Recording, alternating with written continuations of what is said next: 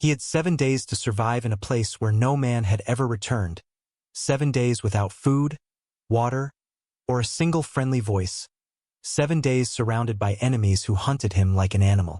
And yet, somehow, this black soldier refused to break, refused to surrender, refused to let the world write his ending for him. What happened during those 7 days was never meant to be known. The military buried the reports. The government sealed the files. But the truth always finds its way back into the light. And today, you are about to hear the story they tried to erase. See, before we begin, take a moment to subscribe to the channel for more powerful stories like this one, and let me know in the comments where you're listening from. Your support helps bring these forgotten voices back to life. Darius Cole had been on dozens of missions before, but nothing felt as heavy as the one briefing he received that morning. The air inside the dimly lit command tent trembled with a tension that none of the men could exactly name, like the ground itself knew something was wrong. His Black Special Operations Unit, a group forged through unbreakable brotherhood and scars carved from years of war, had been selected for an infiltration deep into enemy territory. Their objective was simple on paper but lethal in reality: recover a high-value intelligence package hidden inside a hillside bunker believed to control the enemy's entire communication grid. Without that intel, the enemy would stay one step ahead forever. With it, the war could shift overnight. Darius listened quietly as the commander outlined the route across rugged terrain, through forests that swallowed sound, and into a valley where air support would be unreliable. Every man there felt the weight of the mission, but Darius felt something else too, something colder. He noticed that the satellite images presented to them were blurry, inconsistent, and strangely outdated. When he raised a question about the intel source, the commander dismissed it the way higher-ups always dismissed the concerns of men on the ground.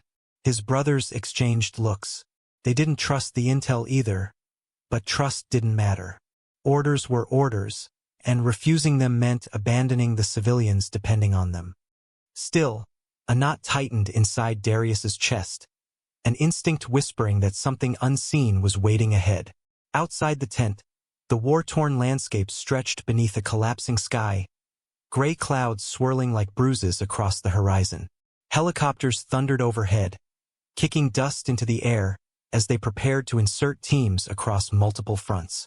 Darius's unit moved in silence, each man checking his gear with mechanical precision, each breath carrying the weight of unspoken fears. These were seasoned soldiers, men who had walked through fire, but even they could not ignore the uneasy quiet settling around them.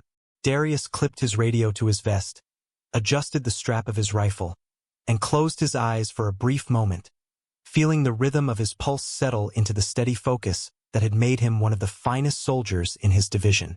In that moment, he remembered the words his grandmother used to tell him: "A black man must walk twice as steady in a world that shakes under him." He had lived by those words his entire life. He would live by them now. When the transport arrived, its engine growling like a warning, the men boarded with the grim acceptance of those who knew survival was never guaranteed. The pilot gave them a nod, but his eyes were shadowed with something close to pity. Darius felt it again, that invisible current of wrongness. Something about this mission didn't add up. But there was no turning back. As the helicopter lifted into the storm-stained sky, the valley of death stretched in the distance, waiting for them with open jaws. Darius tightened his grip on his weapon, unaware that within hours he would be the only one left. The ambush came so suddenly that even battle-hardened soldiers like Darius barely had time to react before the world exploded around them. The moment their boots hit the valley floor, a cold silence wrapped the land, the type of silence that screams warnings to anyone wise enough to listen. Darius scanned the treeline, noticing how the wind seemed to hold its breath, how even the birds had fallen mute. His instincts screamed that the valley wasn't empty. It was watching. The team moved in a spread formation, weapons raised, footsteps careful. But before they could reach the first ridge, a sharp whistle cut through the air. It was small, almost delicate, the kind of sound you'd miss if you weren't listening for it. Darius heard it anyway. His eyes widened just as the ground beneath them erupted in a violent blast. The explosion tore through the formation, flinging bodies like rag dolls, ripping the calm into pieces. Dirt and fire surged upward, swallowing the air, drowning the valley in chaos. Darius hit the ground hard, his ears ringing, vision blurring, lungs burning as he struggled to understand whether he had survived or was still falling. He pushed himself up on trembling arms just as gunfire shredded the air around him. The enemy didn't wait for the dust to settle. They poured out of the tree-line in disciplined waves, firing with calculated precision. This wasn't a random skirmish. It was an execution planned in advance, down to the exact moment the team would land. Darius looked around desperately, trying to locate the others, but smoke swallowed everything, turning the world into a choking gray maze. He saw the silhouettes of his brothers dropping one by one, struck by bullets they never saw coming. Someone screamed for cover. Someone else shouted coordinates that he couldn't make out. Then another explosion detonated, closer this time, the shockwave throwing Darius backward into a trench carved into the dirt. His vision dimmed. The world felt like it was tilting. Through the haze, he could make out the betrayal woven into the landscape. The maps they had been given were wrong on purpose. The intel they trusted had been poisoned. The bunker they were told to find didn't exist anywhere near this valley. Someone had sent them here knowing exactly what would happen. Darius tried to shout a warning, but his voice drowned in the roar of enemy fire and collapsing earth. He saw one of his closest brothers crawling toward him, blood streaking down his face, but another burst of gunfire cut him down before he reached the trench. Darius's heart hammered violently against his ribs. He reached for him anyway, fingers brushing the dirt where his friend had fallen. A second whistle pierced the air, another incoming strike. Darius barely had time to turn before the explosion swallowed the trench, flipping him end over end like a broken leaf. The impact smashed him against a pile of shattered rocks, knocking the breath from his lungs. His helmet cracked against stone. Then everything went dark. As unconsciousness dragged him under, the last thing he heard was the distant echo of the enemy advancing, methodical and merciless, sweeping the valley clean of survivors. Darius woke to a crushing silence, a silence so thick it felt like a weight pressing down on his chest. His vision swam in and out of focus, revealing only fractured glimpses of the world around him. Shadows shifting across broken earth, smoke curling through the air like dying spirits, and a faint red glow fading along the horizon. His head throbbed with a deep, pulsing ache, and for a moment he couldn't remember where he was or what had happened. Then the truth struck him with the force of another explosion. The valley, the ambush, the screams of his brothers. Darkness. He forced himself to sit up, biting down on a cry of pain as a sharp burn shot through his ribs. Dust clung to his uniform and dried blood, his or someone else's, streaked across his gloves. When he reached up to touch the side of his helmet, it crumbled under his hand, the entire left half shattered from the blast that had knocked him unconscious.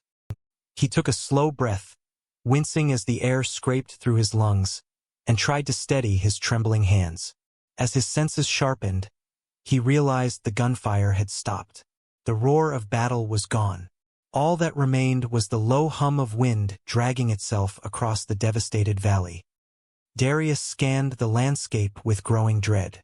Bodies lay scattered across the dirt, silhouettes of his fallen brothers, some twisted in unnatural angles, others barely visible beneath the settling smoke. The air tasted like metal and ash. A choking grief rose inside him, threatening to swallow his mind whole, but he forced it down. He couldn't afford to break. Not now.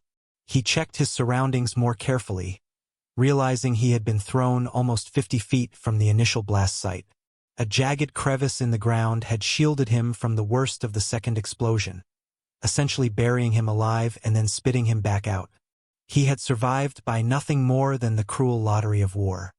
He crawled toward what remained of his gear, searching for anything he could salvage. His radio was smashed, its wiring exposed and fried. His canteen was cracked, leaking what little water he had left. His rifle, miraculously, was intact but dented. He ran his fingers over the metal, feeling its familiar weight ground him. When he finally stood, unsteady but determined, he realized something even more chilling than the ambush itself. There were fresh footprints in the dirt, dozens of them, circling the area. The enemy had been here. They had checked the bodies. They had looked for survivors. And for reasons he couldn't understand, they had missed him, or spared him, or planned to let the valley finish the job. His breath grew shallow as the truth settled over him like ice. He was alone, deep behind enemy lines, surrounded by hostile territory. No team, no extraction plan, no working comms, no backup coming. The mission was over before it had even begun, but his fight for survival had only just started. Darius wiped the blood from his eyes, steadied his stance, and forced himself to move. If he stayed here, he would die. If he left, he had a chance. And a chance was all he needed. Darius forced himself to slow his breathing as he staggered away from the blast site, knowing that panic could get him killed quicker than any enemy bullet. Every instinct sharpened into survival mode, the raw, animal clarity that had been drilled into him through years of training and hardened through a lifetime of fighting battles long before he ever wore a uniform. The valley stretched around him like a graveyard of shadows, silent, empty, and yet pulsing with the unseen presence of danger. He pressed his back against a mound of shattered earth and took stock of his injuries. His left side throbbed with each breath, confirming at least one cracked rib. The ringing in his ears hadn't faded, meaning he was dealing with some level of concussion. His right knee buckled slightly under his weight, but he could still move. For now, that was enough. He checked his remaining equipment carefully. His rifle was functional, but he had only 3 full magazines left. His knife was intact. He managed to salvage a small flashlight, though he dared not turn it on in hostile territory. His medical kit, however, was ruined, shredded by shrapnel and soaked in blood. The realization sent a cold spike of fear through him. He would have to tend to his wounds with instinct and grit alone. He crouched low, scanning the horizon through squinted eyes, trying to determine the enemy's next move. The sky was beginning to darken toward night, and he knew darkness would be both a blessing and a curse. It could hide him, but it could also hide them. His mind raced through possible routes. The extraction zone was miles away, far beyond any immediate reach, and crossing open ground would be suicide. He needed cover, somewhere to regroup, somewhere to think.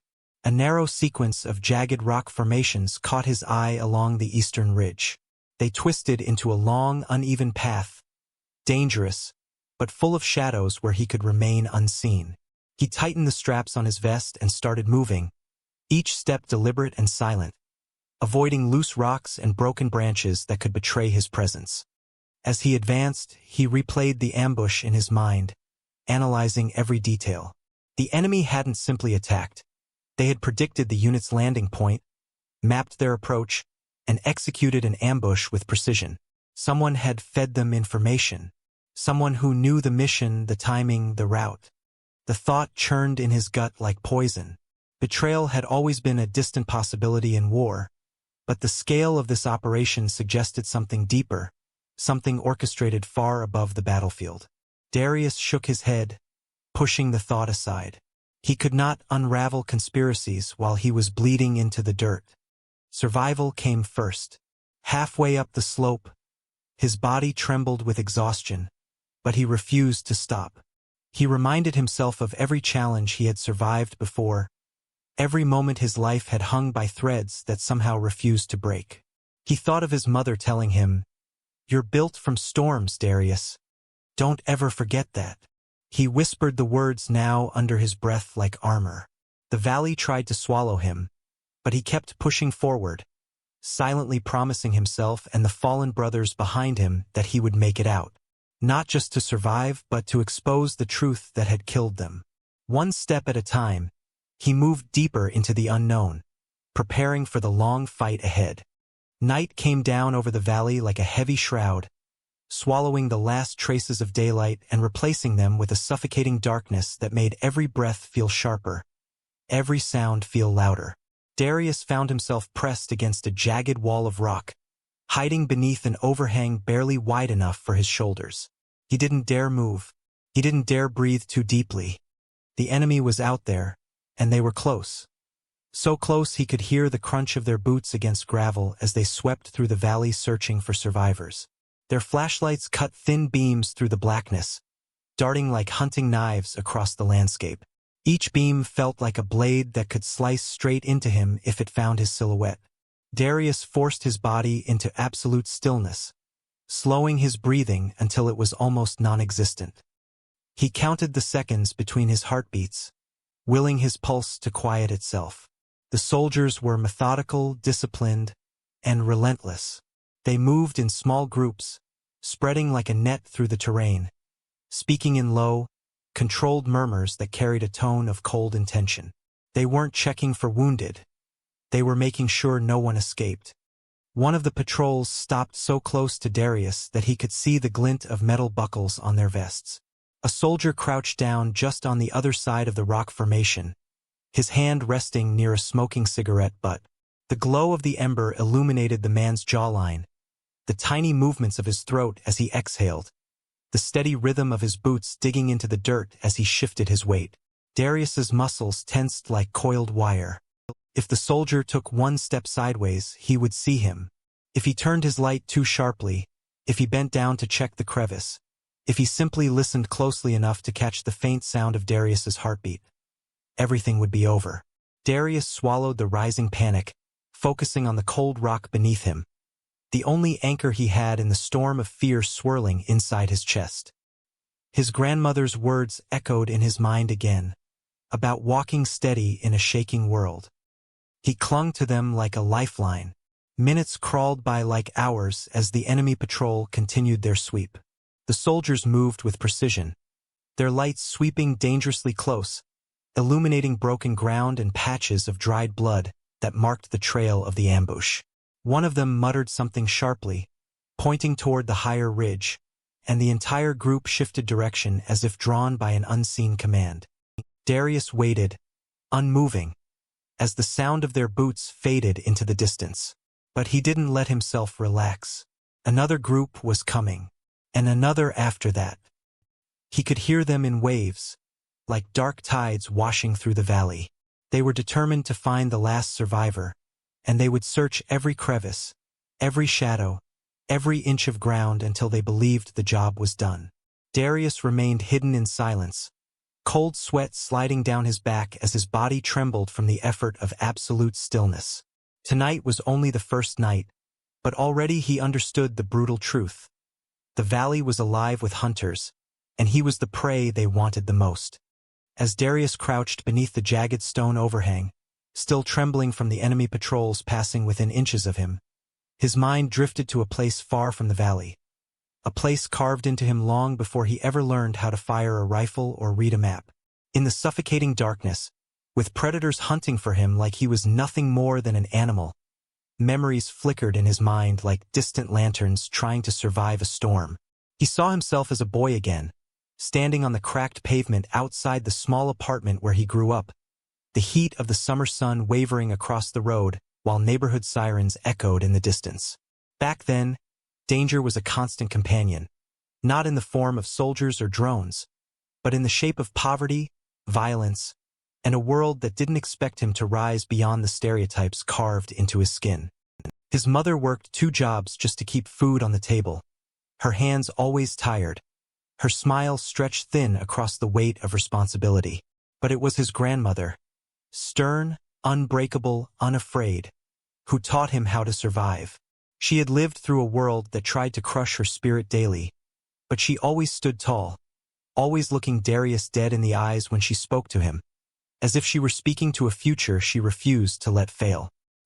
He remembered how she would sit him down at the small wooden table in her kitchen, the smell of collard greens simmering behind her, and she'd tap her finger against his chest and say, "You've got a storm inside you, child.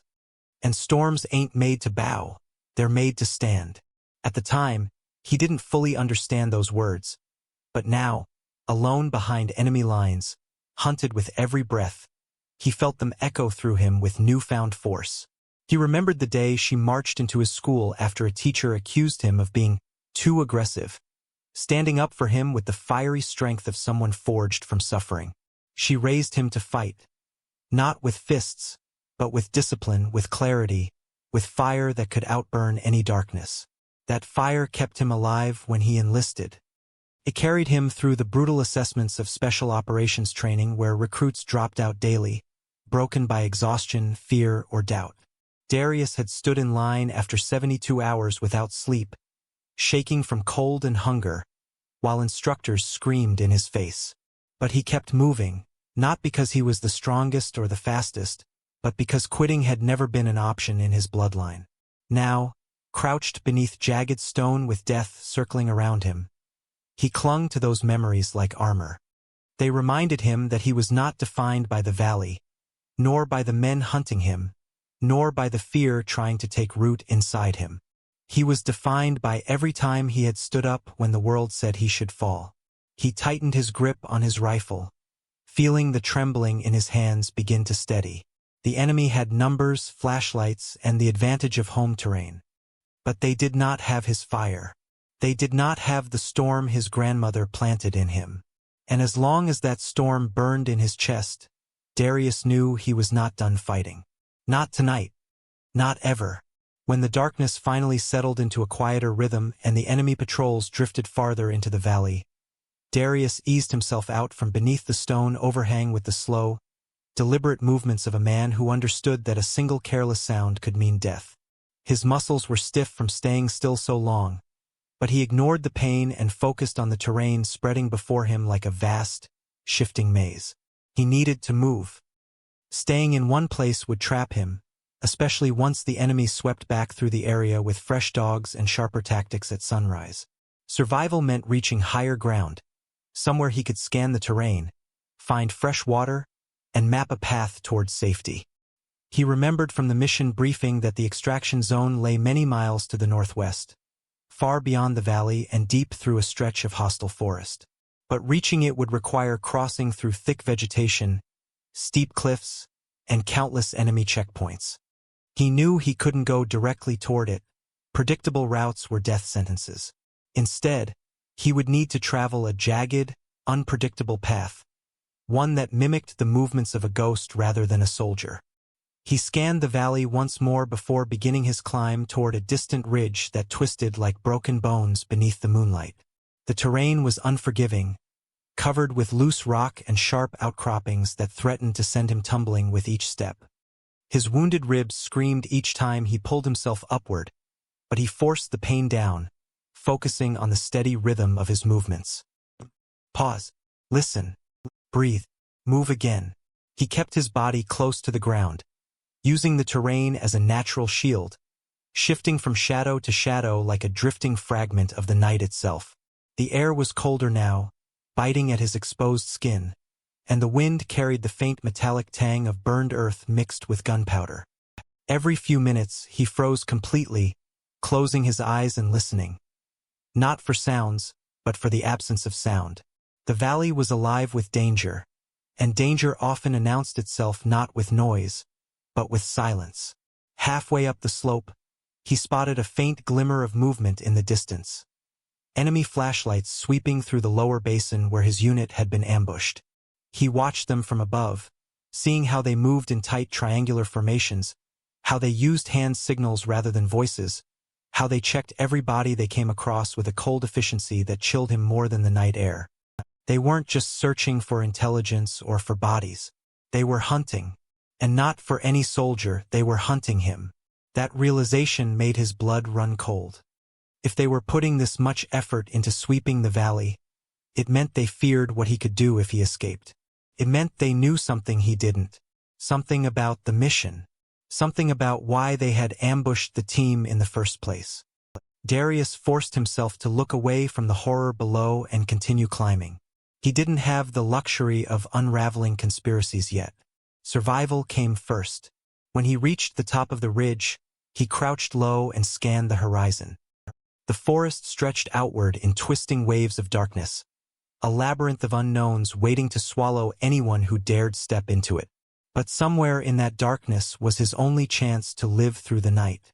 Darius took one final breath of the cold valley air, tightened his grip on his rifle, and descended into the forest beyond the ridge, knowing that every step forward would take him deeper into enemy territory, and deeper into the truth that had already cost the lives of everyone he had ever fought beside. The deeper Darius moved into the forest, the more alive the night seemed to become, as if the trees themselves were whispering warnings through their trembling leaves. The ground beneath him softened into dense undergrowth, padded with moss and layers of fallen foliage that muted his footsteps but also carried the heavy scent of damp earth and rot. Every brush of branches against his uniform felt like an alarm waiting to be triggered. Still, he pressed on, guided only by instinct and slivers of moonlight that pierced the canopy in thin, ghostly beams. But as he moved farther from the valley and closer toward what he hoped would be a path to survival, the forest began to reveal a new and terrifying truth. The enemy was not just searching the valley. They had expanded their net outward, weaving it through the trees in patterns too organized to be random. From a distance, he spotted faint flickers of movement. Soldiers moving in coordinated arcs, their silhouettes cutting through the darkness like predators hunting with purpose. Then something even more chilling happened. A high-pitched mechanical hum rose in the air, too smooth to be an insect, too steady to be the wind. Darius froze beneath the shadow of a twisted tree trunk, tilting his head just enough to glance upward. Above the treetops, a small drone glided silently across the sky, its red tracking light blinking like a watchful eye. It hovered low, scanning the ground with a rotating sensor array that cast faint ripples of distorted light across the forest floor. Darius's heart slammed against his ribs as he realized the implications. The enemy was using advanced search drones, machines designed to detect heat signatures, movement patterns, and the slightest hints of human presence. That meant they knew exactly what they were looking for. And worse, it meant they had the technology to find him no matter where he tried to hide. He pressed himself flat against the cold earth, covering his exposed skin with dirt and leaves to reduce his heat signature, praying the drone's sensor wouldn't pick up the faint warmth radiating from his battered body. The machine lingered overhead for what felt like an eternity, humming softly like a metallic insect tasting the air for prey. Every second stretched longer than the one before it, each heartbeat echoing in Darius's ears like a drum.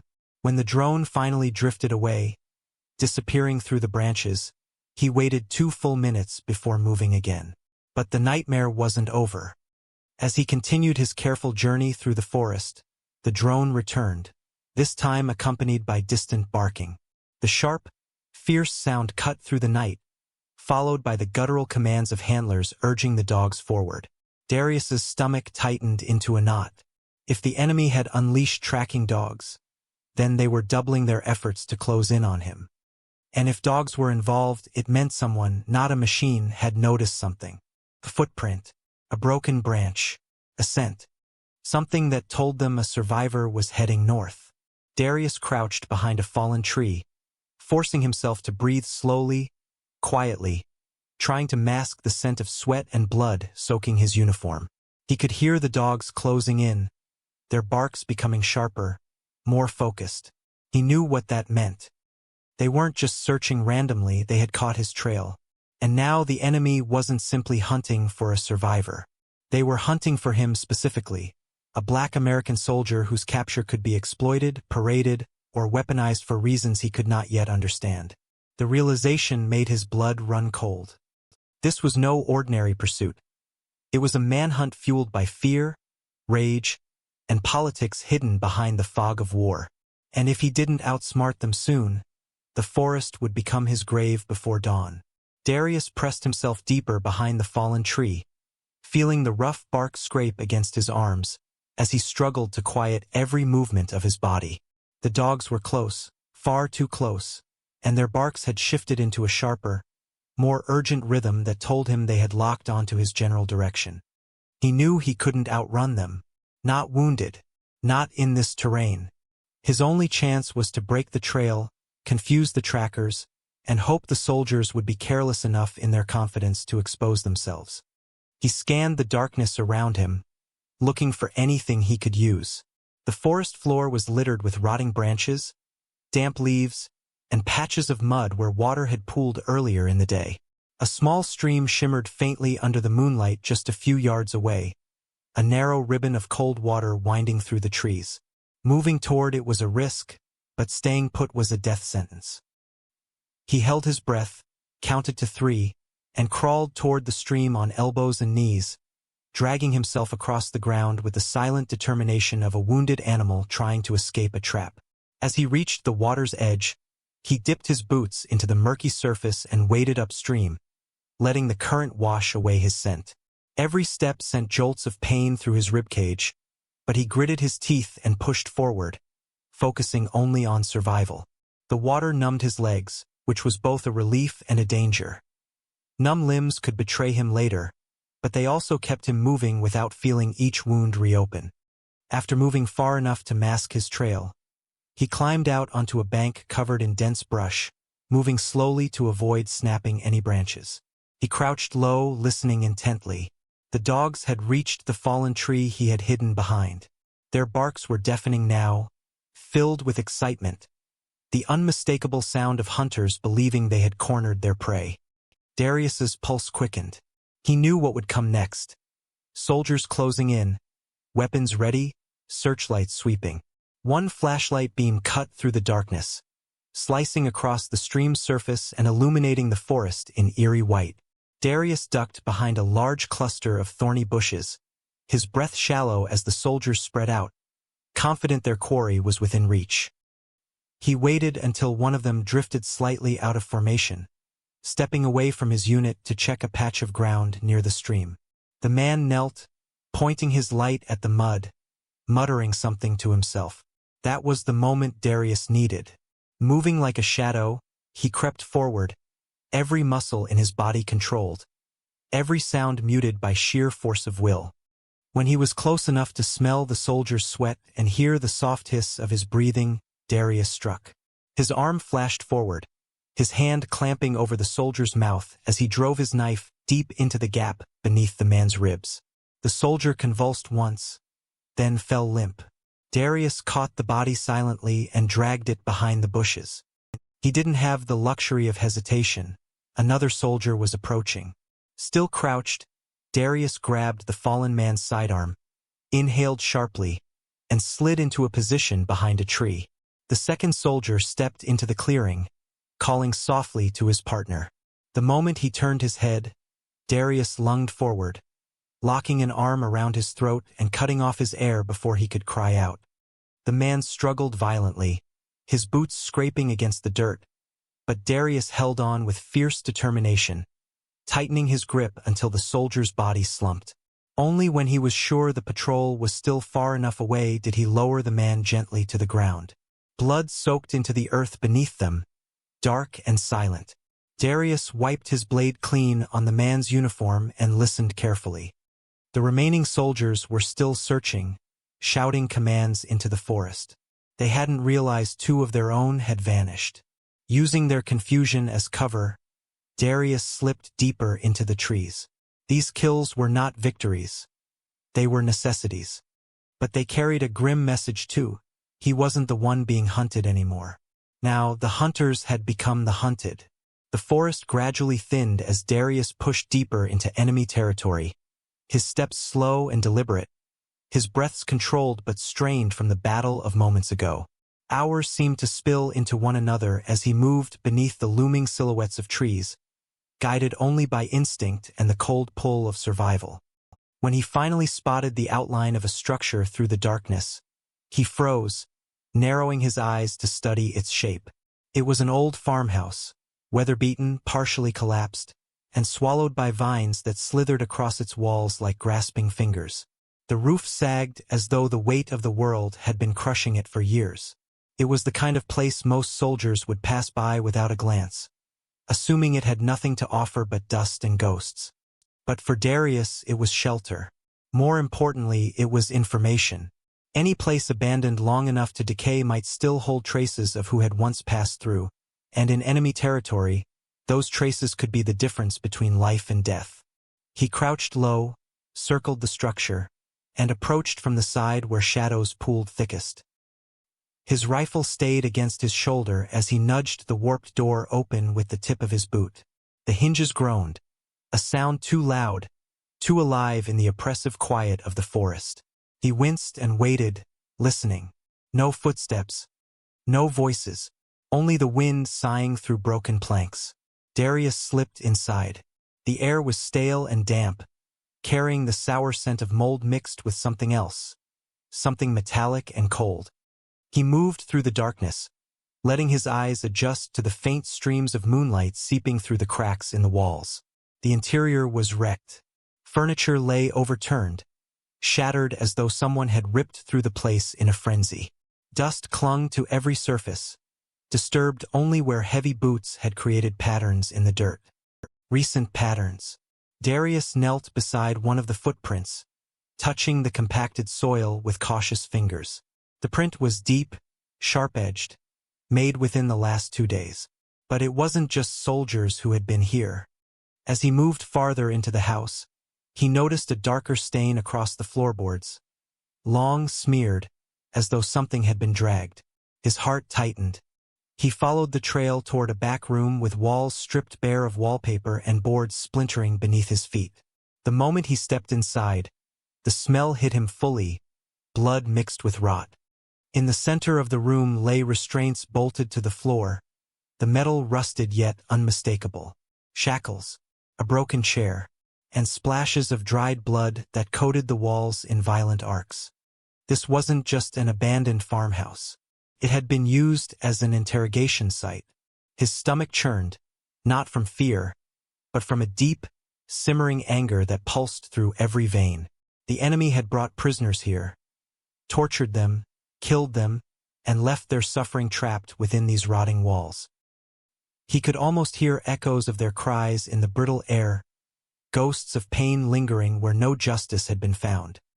He found scraps of uniforms near the corner, none belonging to his unit, but all belonging to men who had never made it home. The sight hardened something inside him. War was brutal, but this was something else. This was cruelty wrapped in silence. Darius backed out of the room, his jaw clenched, his breath steadying.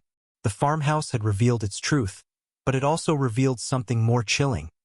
The enemy wasn't just hunting him. They were the kind of force that left no survivors, no mercy, and no witnesses.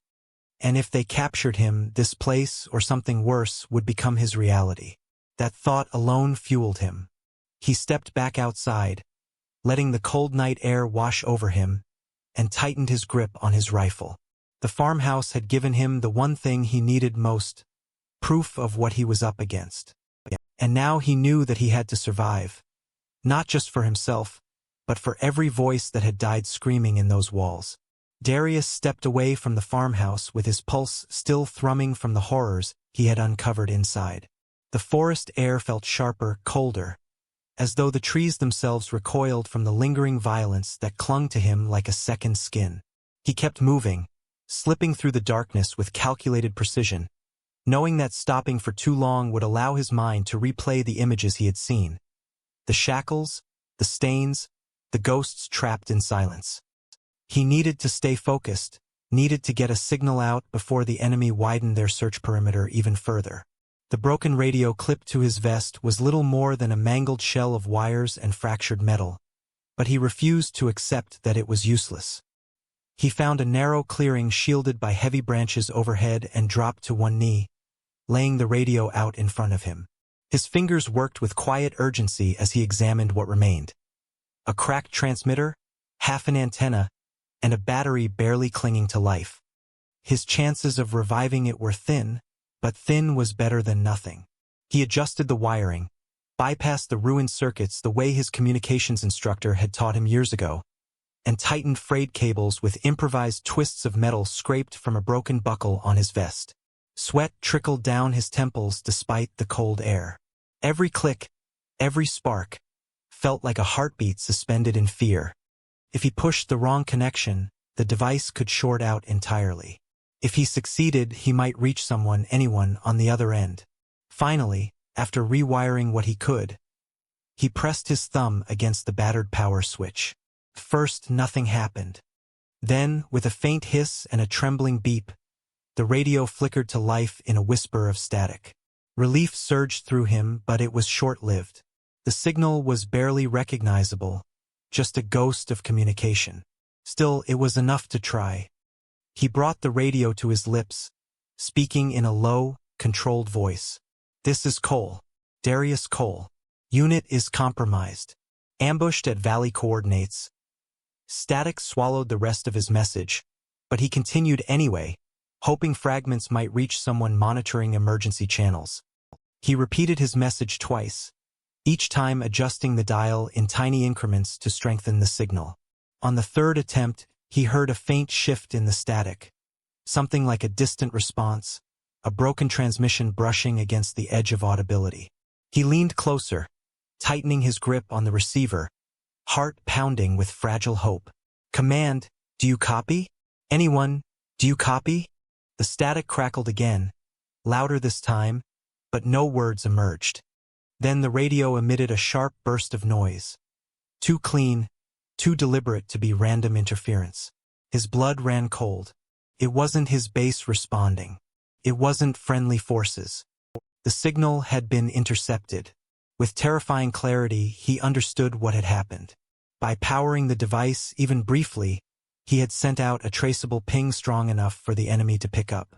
They knew someone was alive. They knew someone was transmitting. And they knew the direction the signal had come from.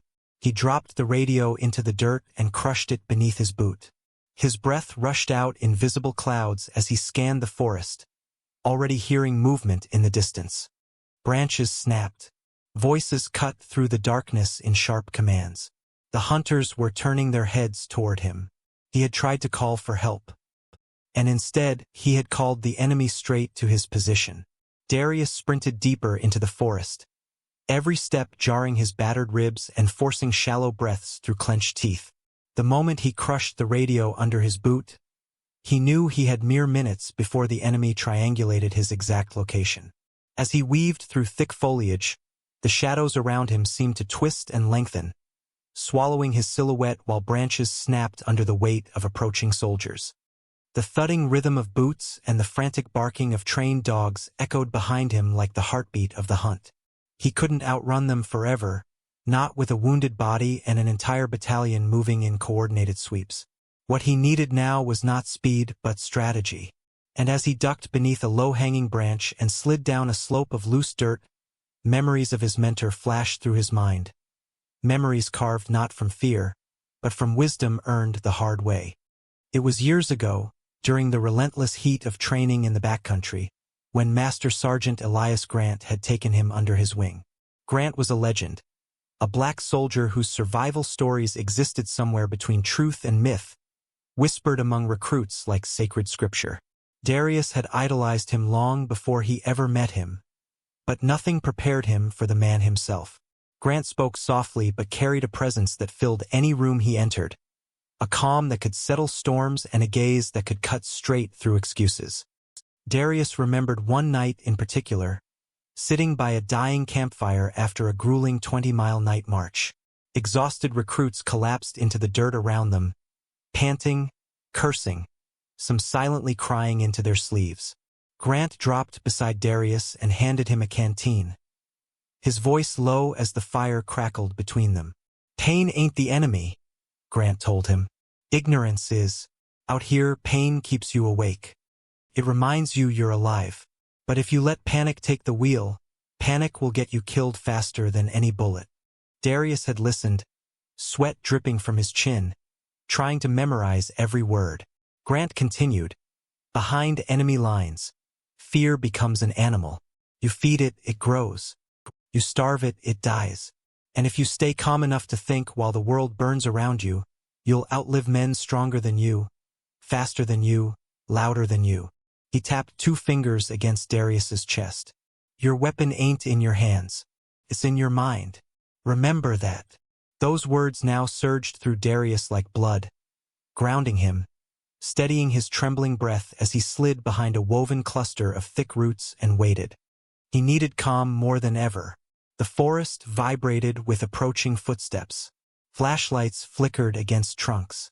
Dogs snarled and tugged against their leashes. But Darius forced himself to go still, letting the shadows swallow him, letting the panic hollow itself out until all that remained was cold purpose. Grant's lessons had saved him before. They would save him now. He closed his eyes briefly, imagining the old mentor's steady hand on his shoulder, guiding him through the chaos. Grant was gone now, killed in a covert operation years ago, his name buried under classified files and quiet lies, but Darius carried his teachings in every breath. And in that moment, surrounded by enemies, bleeding, and alone, he whispered the words he remembered most. "Stay calm in the fire." Then he opened his eyes, reloaded his rifle with slow precision, and prepared for the next storm. The storm rolled in without warning, sweeping across the treetops in a violent rush of wind that bent branches and scattered leaves like frightened birds. Darius felt the first drops of rain strike his face as he pushed deeper into the forest, the air crackling with electricity as thunder rumbled in the distance. At first, he welcomed the storm. It would drown his scent, muffle his movements, and confuse the tracking dogs. But storms were unpredictable allies. In this unforgiving terrain, they could turn the ground into a slick trap or expose him with a single flash of lightning. The rain intensified quickly, falling in heavy sheets that blurred the lines of the forest into a shifting, watery haze. Darius moved faster now, not to escape the enemy patrols. He knew they were still close behind, but to use the storm's chaos before it used him. The slope ahead was steep, slick with mud and jagged rocks. He could barely see more than a few feet in front of him, but he heard the dogs again.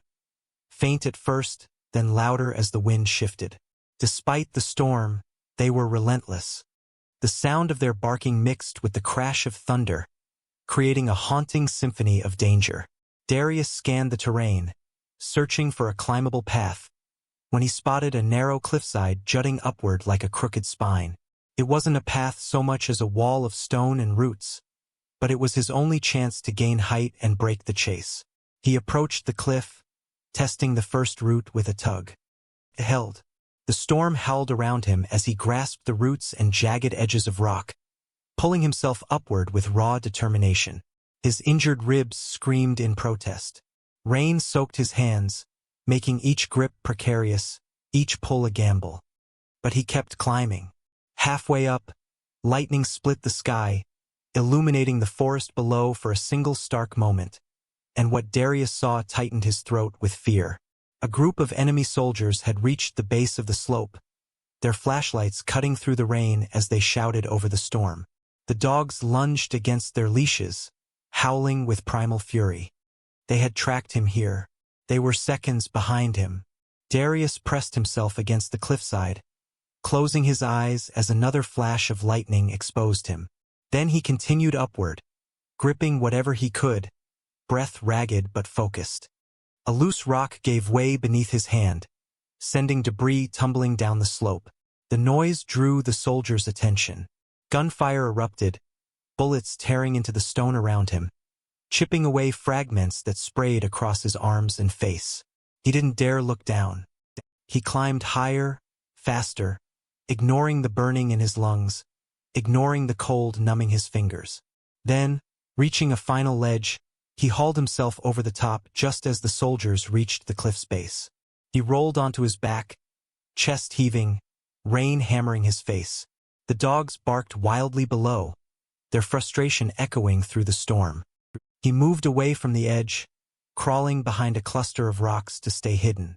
The storm had saved him barely, but it had also pushed him to the limit of what his body could endure. Still, he lay there beneath the pouring rain, gasping, shivering, but alive. And the fact that he had escaped again would only make the enemy hunt him with twice the fury. The storm had stopped them for a moment, but he knew it wouldn't stop them for long. The chase was far from over. By the time the storm eased into a cold drizzle, Darius felt the creeping weight of exhaustion sinking into his bones like a slow-moving poison. His clothes clung to him, drenched and heavy. His boots squelched with every step, and his muscles trembled from the constant strain of running, climbing, and fighting. The adrenaline that had fueled him through the night was fading, leaving behind the raw, aching reality of his condition. He paused under the shelter of a leaning boulder, carefully lowering himself into a crouch as his ribs flared with pain. He touched his side gently. The flesh was swollen, tender, and radiating heat, a sign of infection brewing beneath the surface. Blood had soaked into the fabric of his shirt, dried stiff in some places and fresh in others. He had no medical supplies left, no proper way to treat his injuries. Survival now depended on managing his body as much as outmaneuvering the enemy hunting him. But rest was a luxury he could not afford.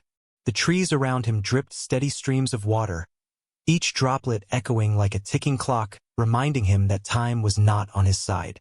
Hunger gnawed at his stomach with a sharp, hollow ache.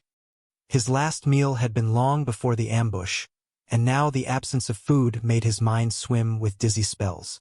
He reached into his vest hoping to find even a single energy bar, but all he found was a torn wrapper and a handful of soaked crumbs.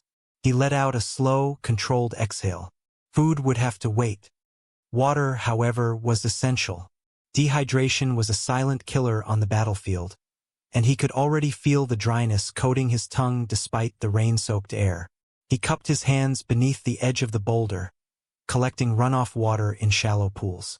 It tasted like dirt and stone, but he swallowed it greedily, feeling the cold liquid scrape down his throat. It wasn't enough, but it kept him moving. He pushed himself to his feet, forcing his legs to cooperate despite the waves of weakness washing over him. The forest seemed to stretch endlessly in all directions, a labyrinth of shadows and indistinguishable shapes that played tricks on his weary mind. His vision blurred at the edges, shifting between clarity and haze as fatigue battled with instinct. More than once, he stumbled over roots or caught himself against trees, steadying his balance with shaking hands. He needed to keep moving, every survival instinct screamed it, but his body was reaching its limit. As he walked, the whispering wind seemed to carry fragments of voices, hallucinations born from hunger and exhaustion. He heard his brothers calling his name, heard the echo of gunfire long past, heard the faint cries of the men tortured in the farmhouse he left behind. He shook his head violently, grounding himself in the present. He couldn't afford to lose his grip on reality. The forest floor grew thicker and wetter as he ventured deeper, his boots sinking slightly with each step. A dull throb pulsed behind his eyes, warning him that the concussion from the earlier blast was worsening. Sweat mixed with rain on his forehead, dripping into his eyes and blurring his vision. But even as his body faltered, his mind clung stubbornly to life. Darius had survived too much, both in battle and before it, to surrender now. He told himself that pain was proof that he was still alive, still fighting, still moving forward. And if he could endure just long enough to find shelter or a safer route, maybe, just maybe, he would live to see the sunrise again. Every step hurt. Every breath was a battle. But each one carried him farther from death. The forest thinned again as Darius pushed through a cluster of low-hanging branches, his senses muted by exhaustion but sharpened by instinct. Ahead of him, the terrain shifted, no longer the dense wilderness that had shielded him through the night, but a broad stretch of open ground broken by jagged boulders and patches of dead grass. Beyond that, rising out of the darkness like a silent threat, was a cluster of enemy structures partially concealed beneath camouflage netting. At first, Darius thought his weary mind was playing tricks on him, but as he crouched behind a fallen log and narrowed his gaze, the truth crystallized into a harsh, undeniable reality. He had stumbled onto an enemy outpost. Not a small patrol site, not a temporary camp. This was a fully operational compound with armed guards, generator lights flickering faintly through the mist, and communication towers that cut sharp silhouettes against the early dawn sky. His breath caught in his throat. This wasn't just an obstacle. It was a wall of death between him and survival. He scanned the perimeter carefully, watching the patterns of the guards' movements. They weren't sloppy. They weren't relaxed. They patrolled with a precision that told him they were trained, alert, and prepared for anything. Floodlights swung across open paths, creating harsh beams that sliced through the darkness like sweeping blades. He spotted at least 6 guard towers and double that number of patrols circling the perimeter. The air hummed with the steady drone of generators powering the compound, and somewhere deeper inside, he caught the metallic clank of reinforced doors and the muffled sound of voices speaking in sharp, commanding tones. This was a nerve center, an operations hub strategically buried at the edge of the forest. And in an instant, Darius understood something that made his stomach twist. The enemy presence wasn't just heavier than expected. It was intentional, hidden, and powerful enough to intercept signals, coordinate ambushes, and manage the manhunt that had been chasing him like a curse since the valley. His first instinct was to skirt around the outpost entirely, to avoid the risk of exposure and continue toward the extraction zone through safer terrain. But then he saw something that froze him. Along the side of the compound, soldiers loaded crates onto trucks, crates marked with insignias from multiple factions, the kind that belonged to enemies who were not supposed to be working together. There were weapons, encrypted devices, and sealed containers protected with biometric locks. Darius's mind raced. This outpost wasn't just a military base. It was a secret collaboration point, an underground exchange hub where rival groups traded intelligence, supplies, and prisoners. And if that wasn't alarming enough, he realized something worse. The crates included stolen U.S. gear, radios, surveillance modules, encrypted hard drives. If the enemy had acquired American technology, they likely had access to coded frequencies, tactical maps, and sensitive mission plans. It explained everything: the ambush, the unnatural precision of the patrols, the drones, the dogs. They had inside knowledge. He clenched his jaw, feeling a surge of resentment burn through his exhaustion. Going around the outpost might keep him alive, but it wouldn't stop the menace that had already taken the lives of his brothers. And then a harsh truth struck him. The only viable path toward extraction cut dangerously close to this compound. Trying to avoid it meant moving into marshland terrain that could swallow him whole or trap him in enemy patrol cycles. His safest route forward ran straight through the shadows of the outpost he now stared at. Darius exhaled slowly, steadying his breath despite the agony spreading through his body. He didn't want to face this place, but survival demanded something difficult, something painful. He knew he had to get closer. He had to study it, understand it, and eventually move through it, because every path ahead led him deeper into enemy territory, but only one path led him closer to the truth, and closer to getting out alive. Darius waited until the guards rotated to the far side of the compound before moving, keeping his body low as he slipped into the thicker shadows near the forest's edge. Every instinct screamed that approaching an enemy outpost was madness, but he had no choice, not if he wanted water, food, and information. His ribs ached with every breath, and his vision pulsed around the edges with the dizzy haze of exhaustion. But he forced himself forward, crawling through tall grass that brushed against his soaked uniform. The faint glow of the compound lights shimmered across his skin, making him feel exposed. But he pressed on until he reached the rusted carcass of an old supply truck half buried in weeds. Using it as cover, he analyzed the pattern of the guard towers again. Their spotlights swept the grounds in predictable arcs, leaving narrow windows of darkness between each pass. He waited, counting the beats between rotations, then slipped from the truck to a cluster of stacked metal barrels. A guard passed within 20 feet of him, footsteps crunching over gravel, but Darius remained as still as a corpse, his breath shallow and controlled. He needed supplies more than anything else. The infection in his ribcage area was worsening. He could feel the heat radiating off it, spreading like fire beneath his skin. Food was non-existent, and even his water was nearly depleted. Inside the outpost, however, he knew there would be medical kits, fresh canteens, and maybe even a clean bandage to hold back the infection threatening to slow him into death. But taking them meant getting inside. That required stealth, not brute force. Darius scanned the perimeter again until he noticed something the guards likely assumed no one would dare use. A narrow maintenance corridor along the west side of the compound, hidden behind camouflaged netting and partially shielded by stacked supply crates. It was dim, cramped, and overlooked by only one guard tower whose vantage point was obstructed by scaffolding. A dangerous route, but his best chance. He slipped toward it, keeping to the darkest shadows, and reached the corridor. The entrance was a low metal door, rusted and barely hanging on its hinges, suggesting it saw little use. He eased it open with slow, steady pressure, wincing when the metal creaked softly. He slipped inside and shut it behind him, letting the darkness swallow him whole. The interior smelled of oil, dust, and stale air, but the biggest relief was the silence. No guards, no dogs, no footsteps. A narrow passage stretched ahead, lit only by faint slivers of moonlight seeping through cracks in the walls. It felt like crawling into the throat of the beast, but Darius forced himself forward. Every sound he made felt amplified, every breath a potential betrayal. He reached a junction where the corridor connected to a small supply room, its interior faintly illuminated by a flickering emergency light. Inside, he found exactly what he needed. A half-open locker held 2 canteens, a ration pouch, and a compact medical kit. His hands trembled as he grabbed them, not from fear but from the overwhelming rush of relief.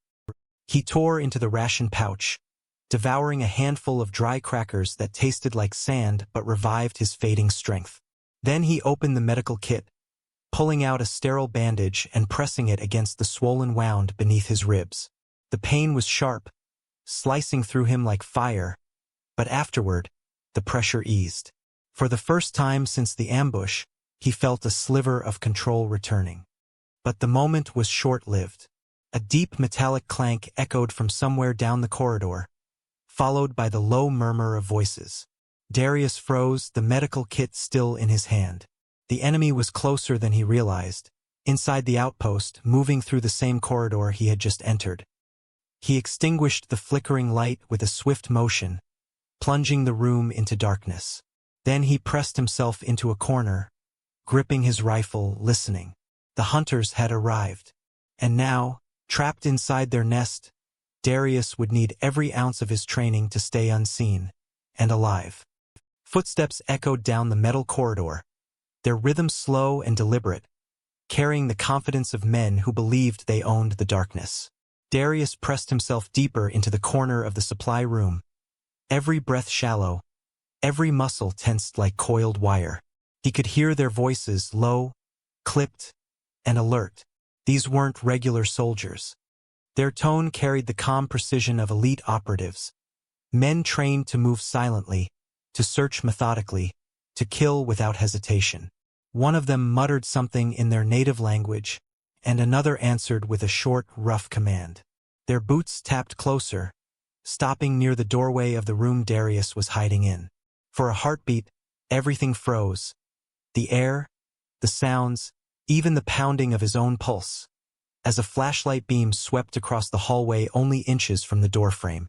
Then another sound pierced the tension, a metallic alert from deeper within the compound. A gate opening, engines roaring to life. The soldiers hesitated, speaking briefly before retreating toward the noise.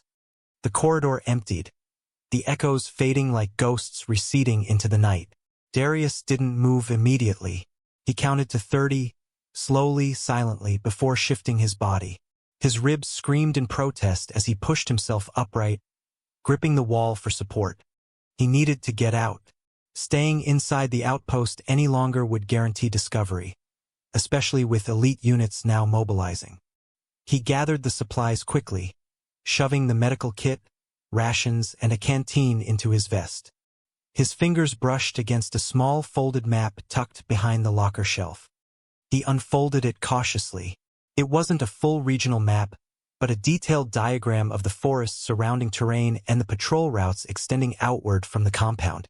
More importantly, a thin red line marked a concealed path leading north, toward high ground, toward cover, and possibly toward a way out of this nightmare. He folded the map and moved back into the corridor, keeping close to the wall as he navigated toward the maintenance exit. Every nerve in his body remained on edge, anticipating shouts or gunfire, but the compound's chaos worked in his favor. Whatever had triggered the alert was drawing personnel away from the interior.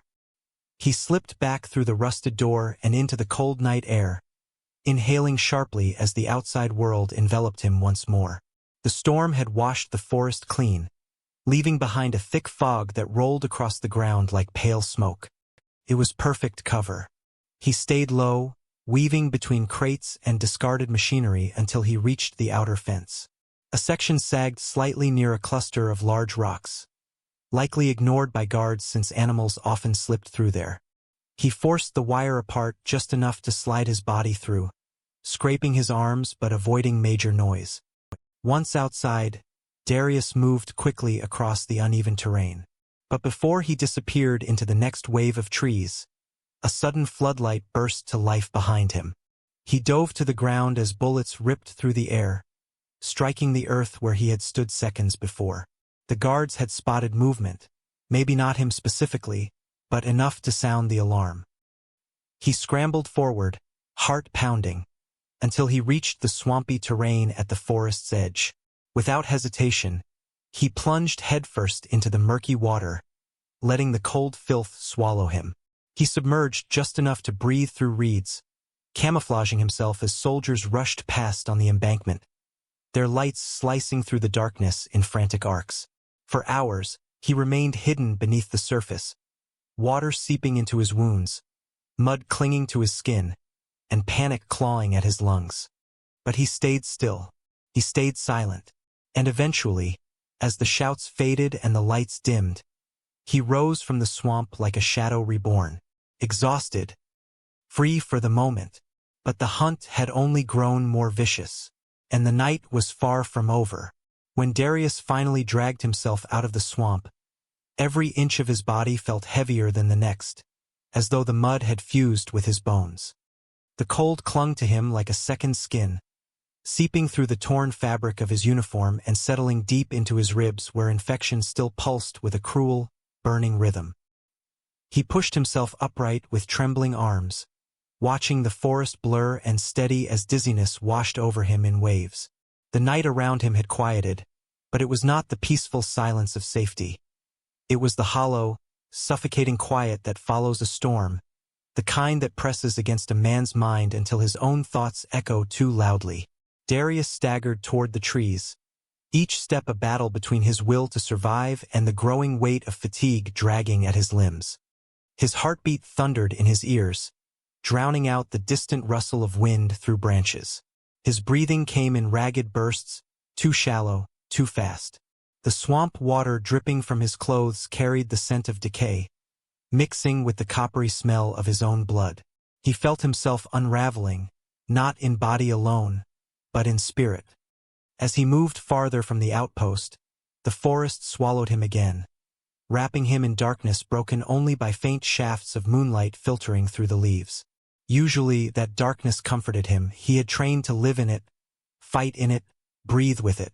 But now it seemed hostile, shifting in ways that played tricks on his fractured senses. Shadows warped into shapes that didn't exist.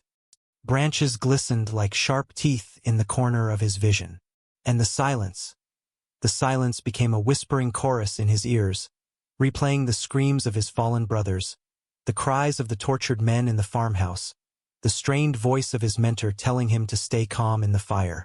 The memories tangled with hallucinations until he could no longer tell where one ended and the other began. His legs buckled once, then again. He caught himself against a tree, panting so hard his chest felt like it was collapsing inward. The infection was spreading faster than he feared. Fever radiated behind his eyes like molten iron, distorting the edges of reality. He saw movement that wasn't there, heard footsteps he knew were only echoes of his mind, and felt the phantom presence of hands reaching out from the swamp to pull him back under. He squeezed his eyes shut, forcing a slow breath into his burning lungs. He told himself these were symptoms: hunger, dehydration, exhaustion, trauma. But logic offered little comfort when every nerve in his body screamed for rest. He sank to his knees beside a cluster of rocks, gripping the earth as though it could tether him to sanity. A wave of despair crashed over him, raw and unfamiliar. He had fought wars before, survived horrors the world would never hear about, but he had never felt this alone. The enemy was everywhere. His body was failing. His mind was fraying. For the first time since the ambush, He wondered if he could truly make it 7 days behind enemy lines. But then, through the haze, he remembered the promise he made, to himself, to his brothers, to every soul lost in that valley. He whispered it now, voice trembling. Not yet. Even broken, even unraveling, Darius forced himself to rise. The night was pressing in, but somewhere beyond it lay another sunrise. He just had to live long enough to reach it. Darius stumbled forward through the undergrowth, pushing past the delirium gnawing at the edges of his mind, when a faint rustle to his left froze him in place. His hand instinctively tightened around his rifle. For a moment he thought it was another hallucination, another trick of fatigue and fever, but then the sound came again, soft yet deliberate. Someone was there. He crouched low, his battered body protesting the movement, and peered through the darkness. A small figure emerged from between two trees, moving slowly, cautiously, as if terrified of being seen. It wasn't a soldier. The silhouette was too slight, too hesitant. As the figure stepped into a shaft of moonlight, Darius saw the truth. It was an elderly woman, wrapped in a worn shawl, her face etched with deep lines of worry and exhaustion. She carried a small basket and moved with the fragile sway of someone who had endured far too much hardship. Darius remained hidden, conflicted. Civilians in war zones were unpredictable. Some desperate enough to betray a stranger for safety, others too frightened to help. But she didn't look like a threat. She looked like someone simply trying to survive in a world torn apart. As she approached a tree stump and set her basket down, he noticed her hands trembling. She glanced around repeatedly, scanning the shadows, as if expecting danger to leap at her from any direction. Darius debated revealing himself. Trust was a dangerous gamble, especially behind enemy lines. But his body was failing, his vision blurring, his breath becoming shallow. He couldn't keep going without help. Not food, not shelter, not guidance. And every second he hesitated pushed him closer to collapse. Slowly, carefully, he stepped out of the shadows with his hands raised slightly to show he meant no harm. The woman gasped and stepped back, clutching her shawl tightly. Darius kept his voice low and calm despite the rasp in his throat. "I won't hurt you," he whispered. "Please, I just need a minute. Then I'll go." Her eyes widened with fear, but not the kind directed at him. It was the fear of anyone caught between sides in a war they never asked for. She studied him for a long moment. His uniform, his wounds, the exhaustion etched into every inch of his frame. Something in her expression softened. Perhaps she saw that he was barely holding himself upright. Perhaps she was old enough to recognize suffering when she saw it. With a quiet nod, she beckoned him toward the stump and opened her basket. Inside were small, wrapped bundles, bread, dried fruit, and a flask of water. She placed them carefully on the stump and motioned for him to eat. Darius hesitated, overwhelmed by her unexpected kindness. Trust didn't come easily, but desperation won.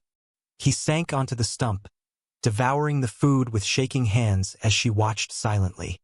The water soothed the burning in his throat, and for a moment he felt strength trickling back into his limbs. When he finished, she stepped closer and touched his arm lightly, her voice trembling.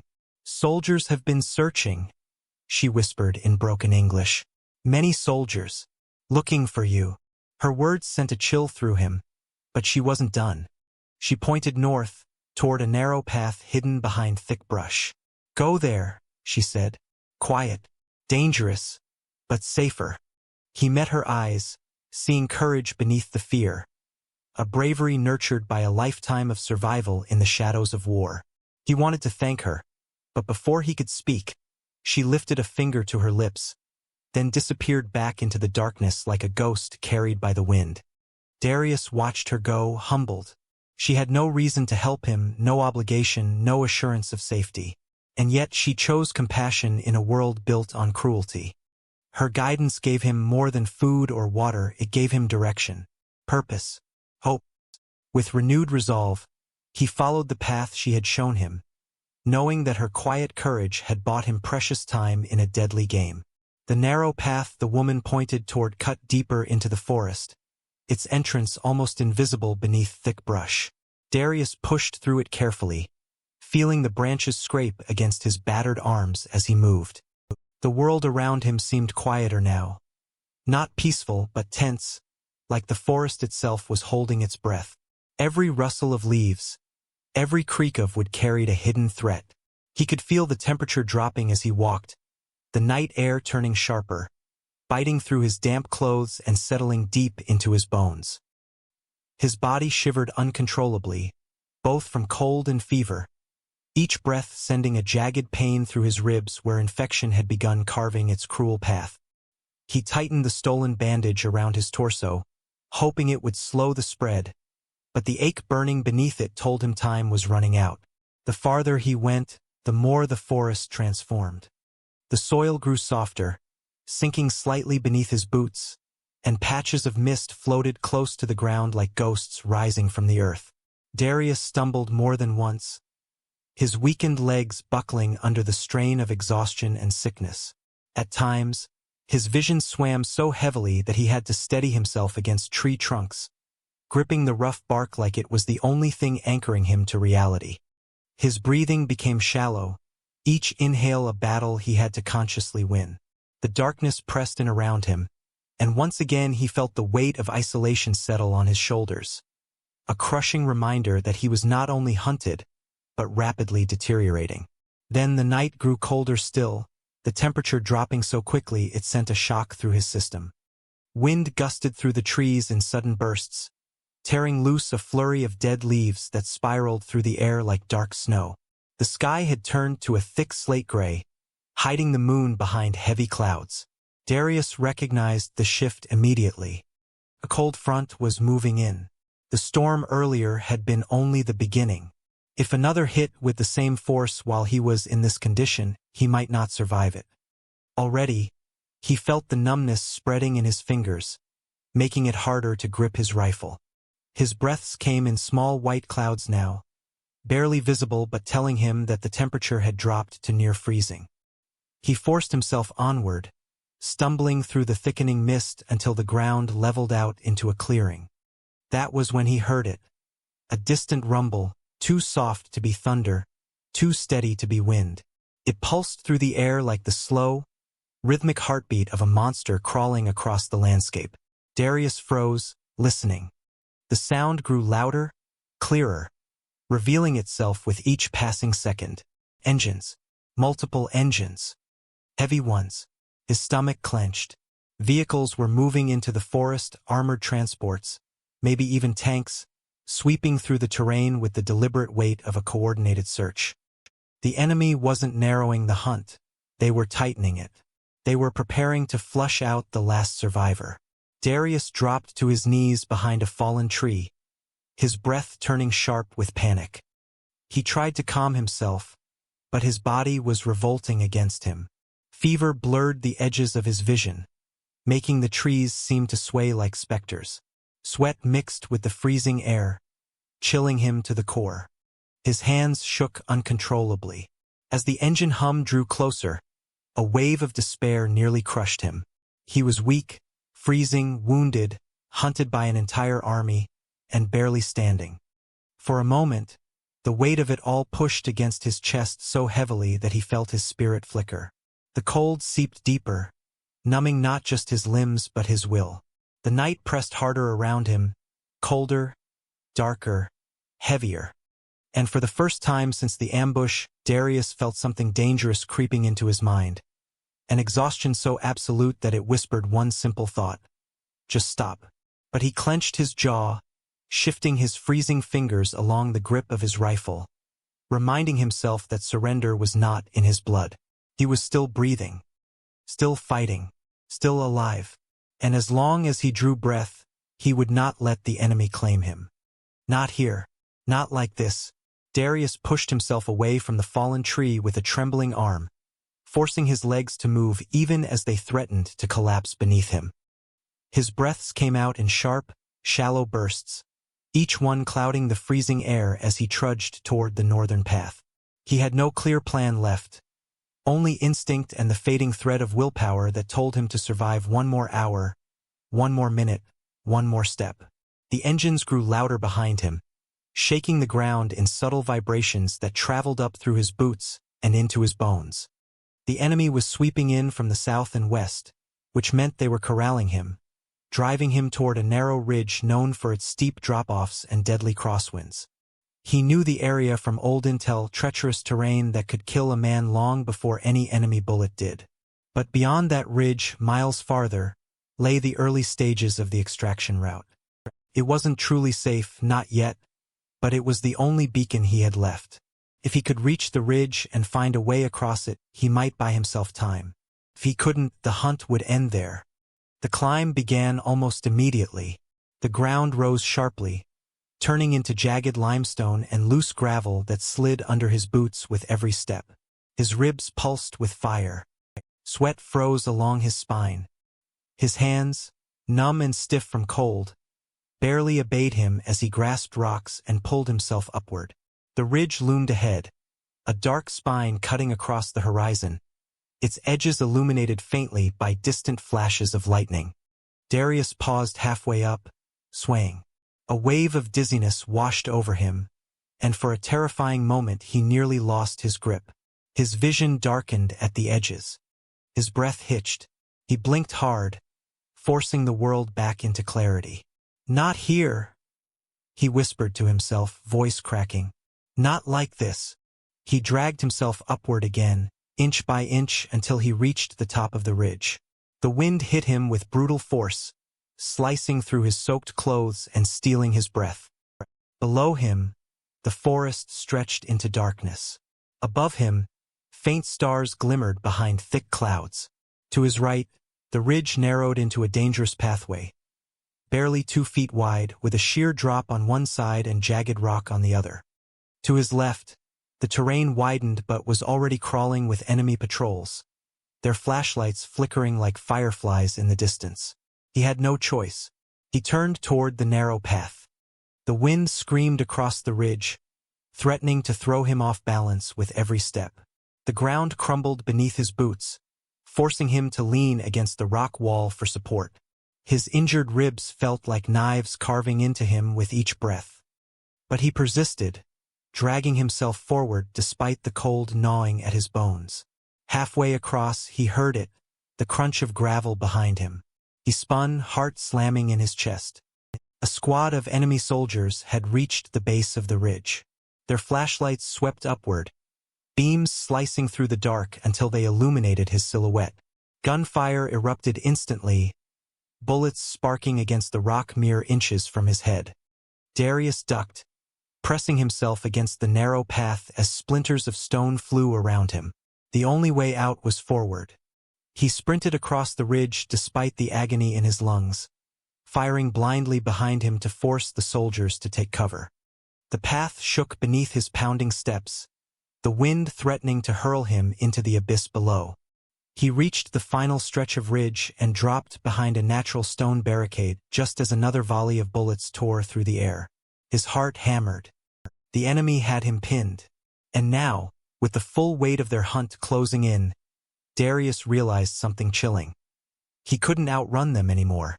He had to outthink them. He had to create a diversion so bold, so dangerous, that it would pull their attention away long enough for him to slip through the cracks of their trap. The question was how much he had left in him to pull it off. Darius crouched behind the stone barricade, his breath trembling in the freezing air as gunfire echoed across the ridge. Each bullet that struck the rock sent vibrations through his wounded body, threatening to shake loose whatever strength he had left. He knew he couldn't stay pinned down.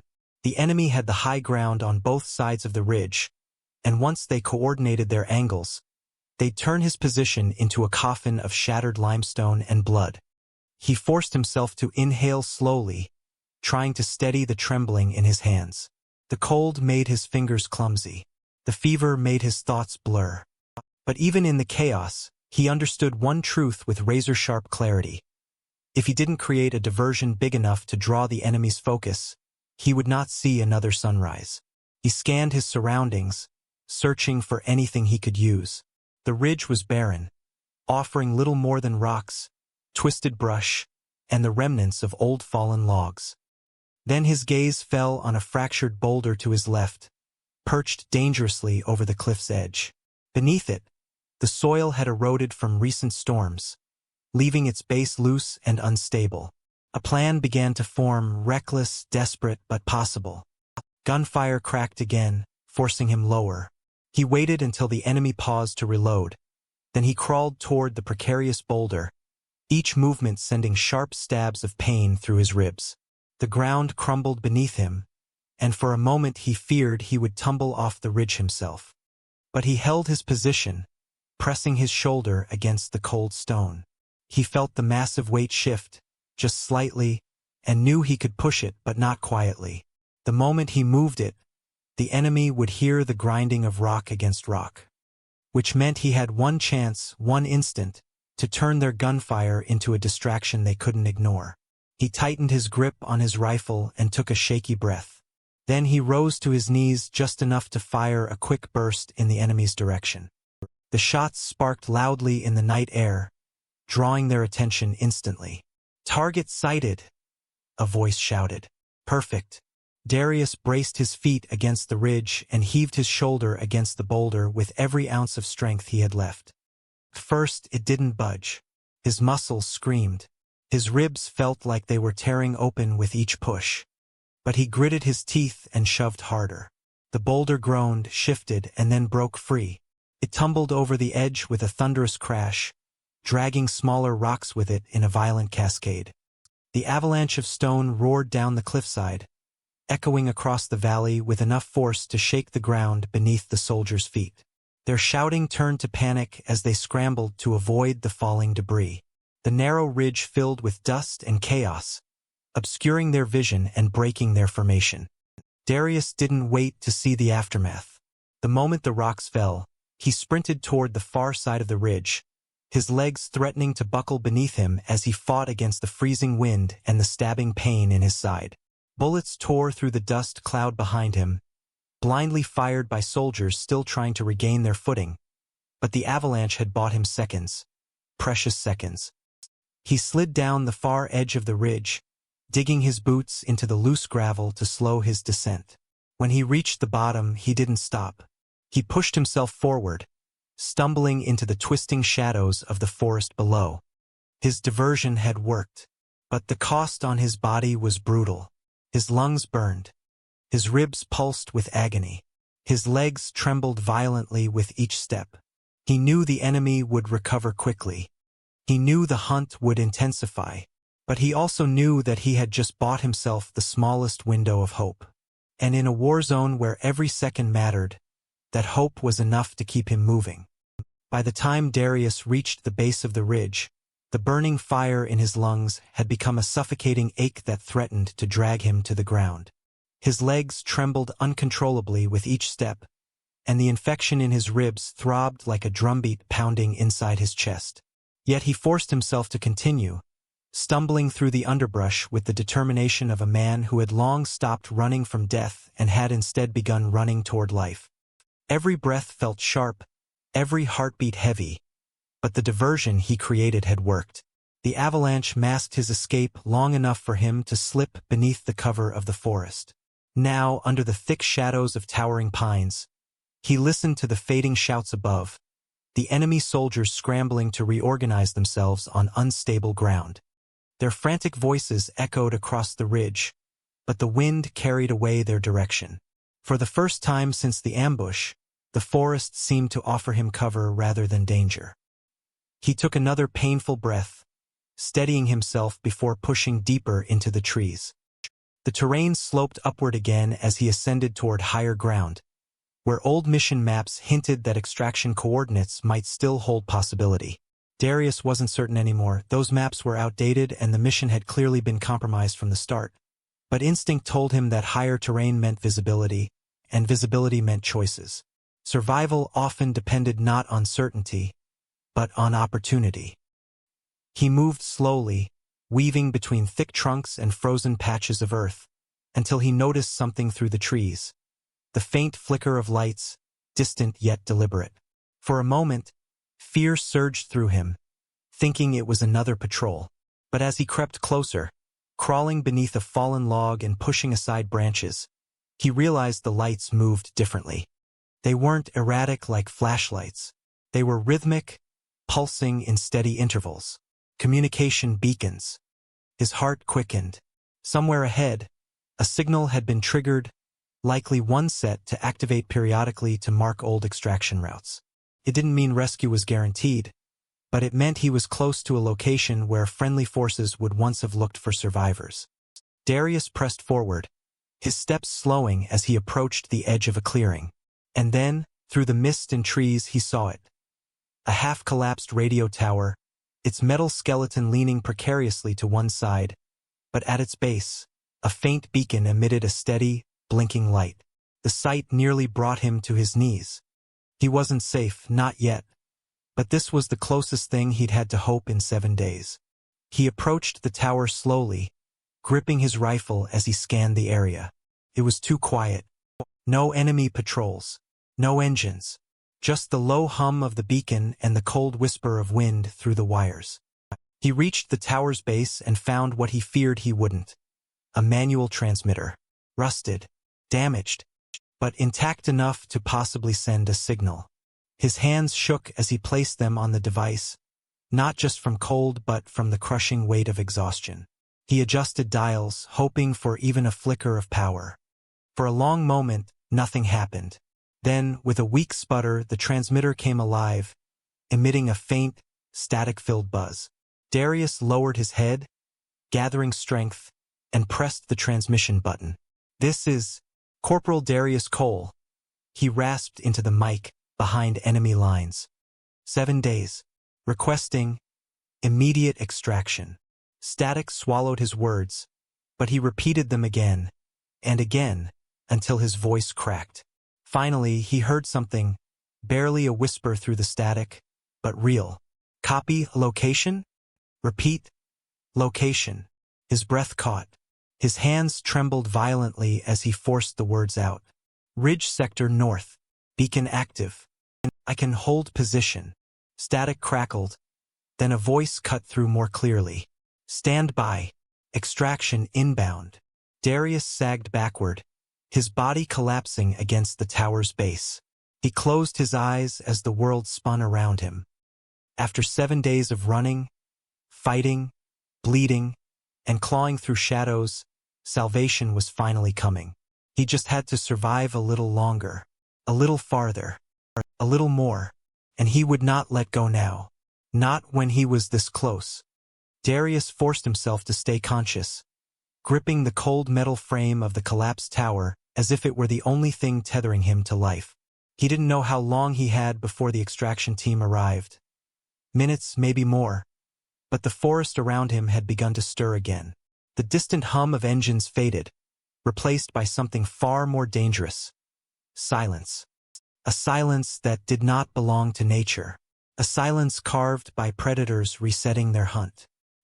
He lifted his head, breath trembling in the freezing air, and saw faint shadows moving between the trees. The enemy had noticed the beacon.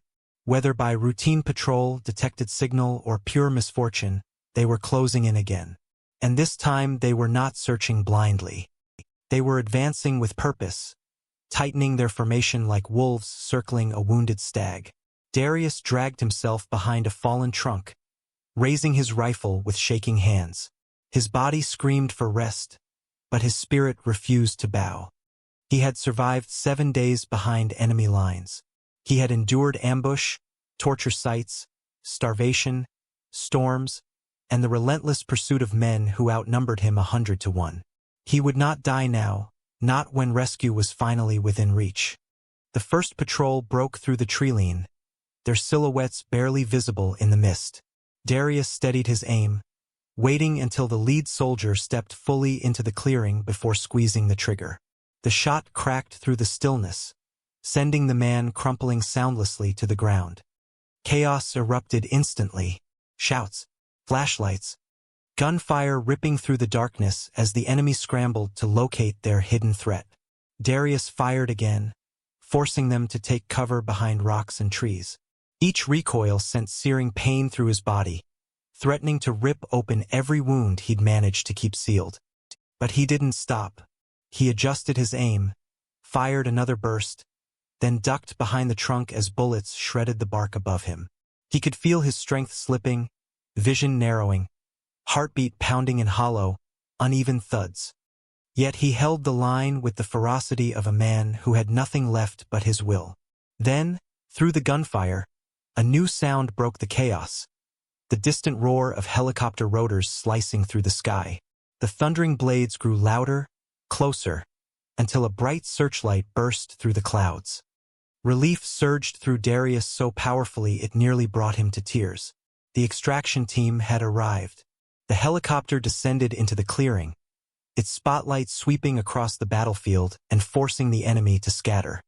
Soldiers rappelled down with practiced speed, firing suppressive rounds as they advanced toward Darius's position.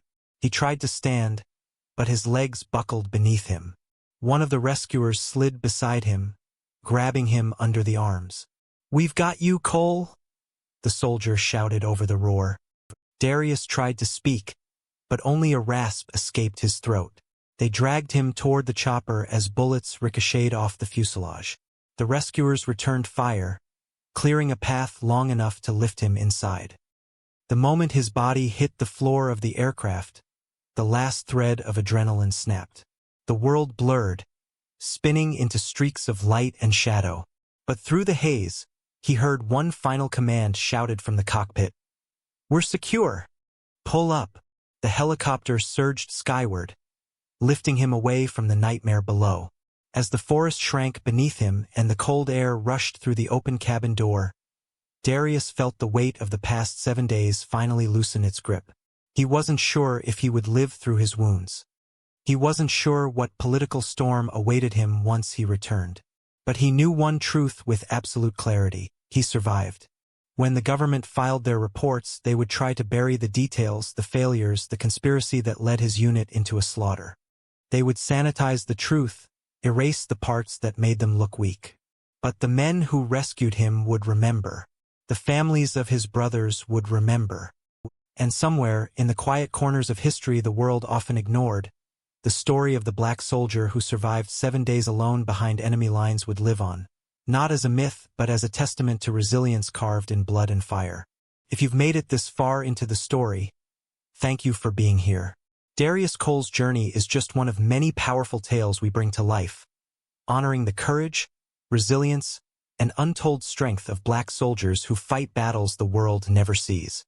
If you want more stories like this, more survival, more truth, more heart, make sure you subscribe to the channel right now. And before you go, drop a comment below and tell me where you're listening from. Your support keeps these stories alive, and I can't wait to see you in the next one.